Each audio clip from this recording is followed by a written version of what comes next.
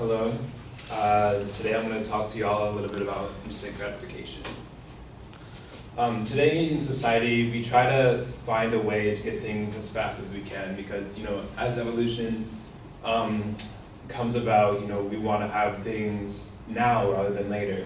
With technology developing, it's more producing it faster so that more can have it and that we can grow as a society into a better human race.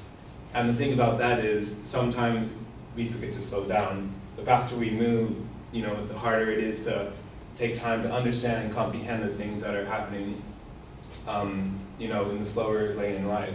And a reference to a fictional piece written by Ray Bradbury, Fahrenheit 451, is where one of the big things that they have is when you're driving, they have these extremely long billboards that are on the side of the road because people don't drive slow anymore. It's all about driving fast, about getting to point A to point B as fast as you can so you can get back to your home, back to the television screen, and be around that rather than being around actual people. And this has negative effects both on your health and your social behavior. And so my proposition is that the development of technology and consumer items based on our desire for instant gratification has had a negative effect on our health and social behavior. And I'm going to support these claims with looking at the effects of social media and media in general on our social behavior, as well as my second claim and third claim referring to our health. The second claim being that the food that we consume in fast food and other foods that are greatly produced in order to compensate for the amount that we need have negative effects on our health, mainly our youth. And the last thing being that internet medicine isn't an accurate way to diagnose symptoms that you have. Beginning with my first claim of social media, is that when it comes to utilizing social media for its main purpose, it's that you want to get some information from people, learn about them now rather than later. You're sitting with your friends, but you're always on your phones because that friend has only a limited amount of stories, a limited amount of information to provide to you.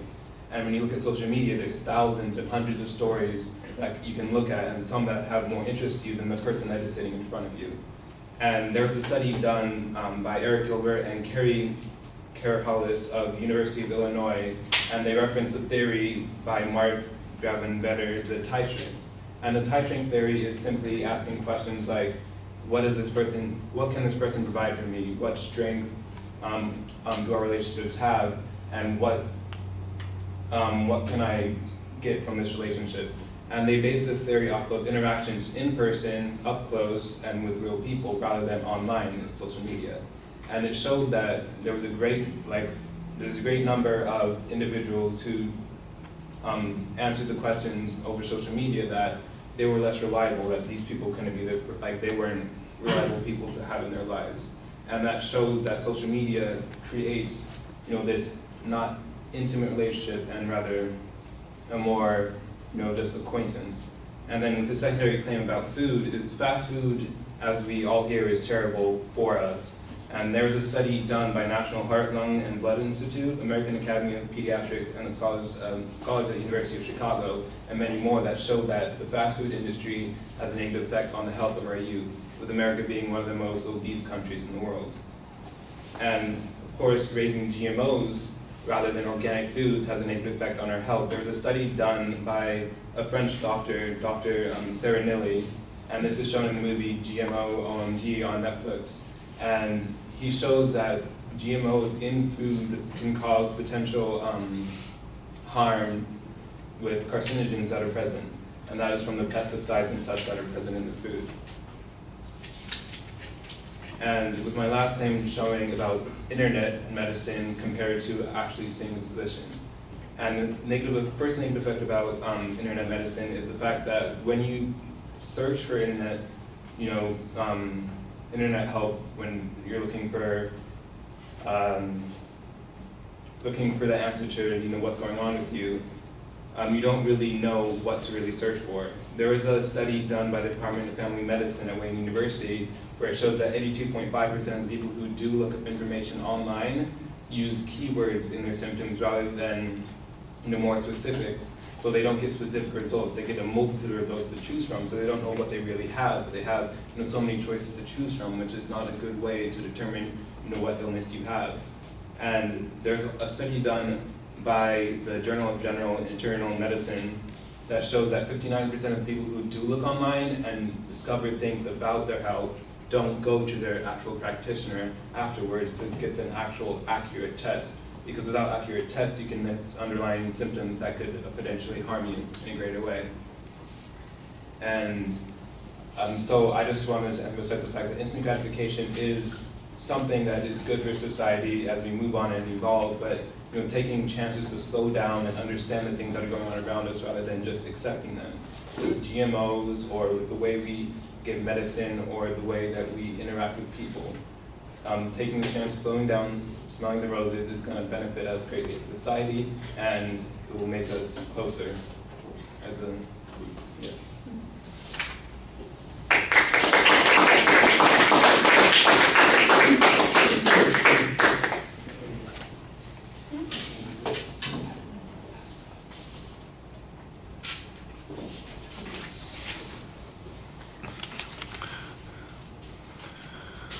All right, Marcus, when you introduce the subject, it sounds pretty vague and broad. It takes you about a minute or so to get to your topic. You've got a lot of background information, and some of it's kind of interesting to kind of create an intrigue in the subject, but it doesn't really tell us where you're going with the claim. When you get to the proposition, you do identify what your claim is. It does have multiple parts to it, and it does contain a justification for the proposition there that I think probably belongs in the supporting structure. You have a preview of what the supporting points are, but they're really, the first point's expository. The second point is more of a conclusion, but it is a little bit complicated as it's phrased. The third point, at least when you present it in the preview, is the closest that you get to a straightforward declarative statement. On your signpost, you remind us what the main points are, but in this particular point, you generally just kind of mention what the subject is and not telling us what the inference is that we should be getting or that we should be listening for. And I think that that's a little bit problematic.